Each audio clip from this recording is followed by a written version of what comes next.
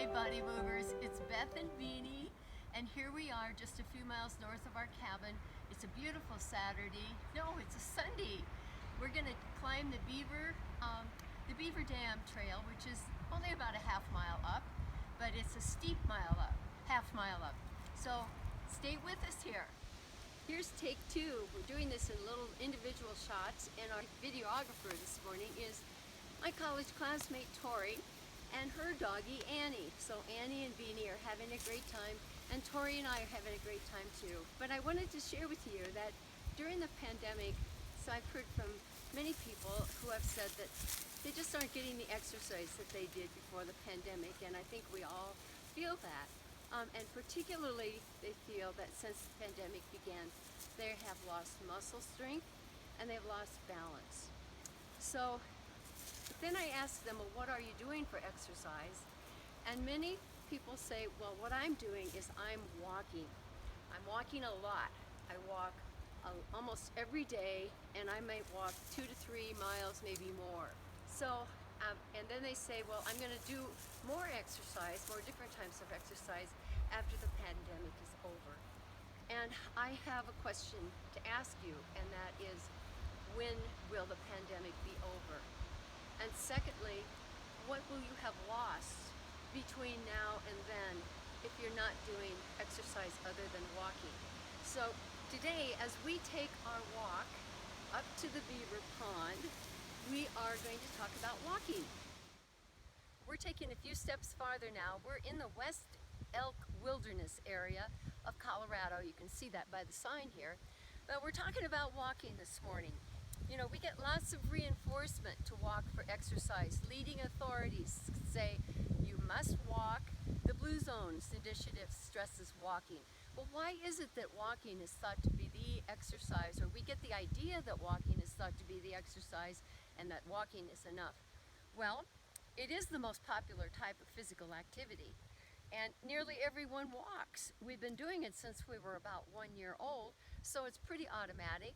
And it's something that our bodies are designed to do, and do a lot of often. And that's why walking is defined as an activity, not really an exercise. It's something we should be doing every day. A physician, Dr. Michael Greger, says authorities who recommend walking as exercise seem to have fallen into the same trap as nutrition authorities recommending that what they think may be achievable for us, rather than informing us what science says and then letting us take the initiative.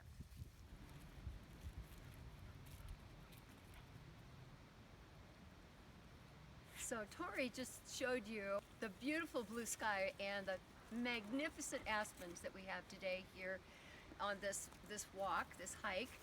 And we're back to talking a little bit about walking and how authorities talk about walking as being the appropriate exercise. And it may be partly because that's what the most they can expect that we're going to be able to do or want to do.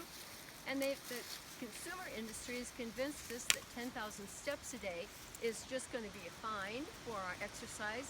We have devices strapped onto us. I remember the day that I had to get my 10,000 steps in. And once I got them in, boy, did I feel fulfilled. Well, it's still important to feel fulfilled, but those 10,000 steps should just be the minimum of activity in a day and not true exercise. So what we're going to talk about is true exercise in relation to walking and looking at the two principal cornerstones of functional fitness, which are overload and specificity. So in relation to walking, so overload means that once the body is used to a certain movement, it needs to be challenged forward. Otherwise it gets complacent, and we really are not working toward the next level of fitness. So that's overload principle. We need to overload, challenge. The second principle is called specificity. And specificity means that the exercise that you are doing is achieving what you intend for it to do. So we're going to talk about the benefits of walking and some of the drawbacks. And while we talk about this, Tory is going to show some of the absolutely beautiful scenery that we have, that we're seeing on this walk, this hike this morning. I would call it a slow walk. It's certainly not a hike. So the benefits of walking, well, if you're outside like we are today, you are in nature. How fabulous. A 10-minute walk can reduce your anxiety. It alleviates depression and fatigue, and it improves your mood. Walking can be a natural meditative experience. It can open doors for creative thought. You are getting out of the house and you'll feel less cooped up. So looking at the dimensions of wellness, walking can meet your mental, emotional, spiritual, social, and environmental needs. Physically, walking can improve the quality of your sleep. It's good for the joints, and depending on the quality, meaning the overload principle of your walking, it can be good for heart health and circulation.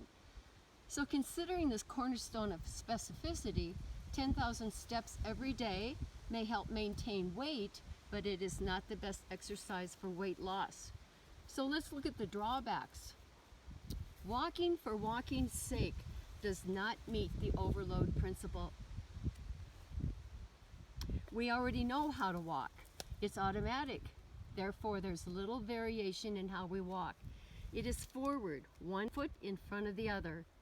Because we already know how to walk, it can be a mind disconnect, which may let the mind float, be distracted, be creative, but it also disconnects the brain-body relationship of sensory signals in visual, auditory, touch, pressure, temperature, and proprioception.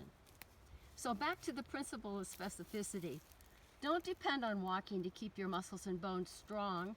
The muscle benefit is to the lower body, just a minuscule upper body support and bone weight bearing function.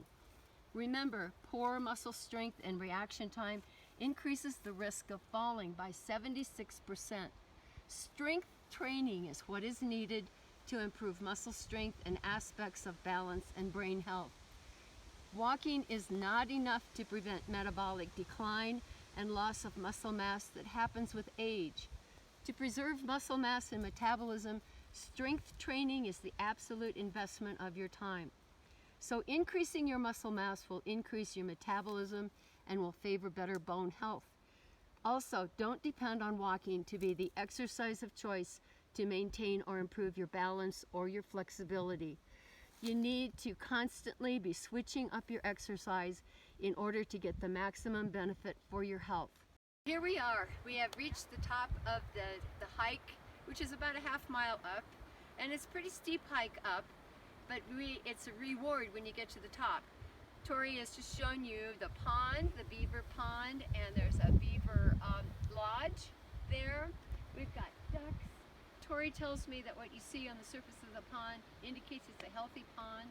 This is one of the mountains in the mountain range called the Anthracite Range. Absolutely beautiful. As we end this part 1, we want you to watch part 2 for some application to this. Here we are back near the cabin, just a few hundred feet from the cabin. We finished our walk. Remember today that we walked. We did not do exercise. It was activity. But we did satisfy a lot of our needs in our emotional and in mental, spiritual sense and environmental sense, social sense too, not so much in the physical way. So if you enjoy walking, by all means do enjoy walking, but make it more than just that 10,000 steps. We need exercise for so many reasons, and certainly walking is important. But again, it's not going to fulfill the needs that we need for strength, for balance, for flexibility, and for brain health. So stay tuned for part 2 when Tory and I show you some few examples of ways to incorporate that. See you soon. Bye.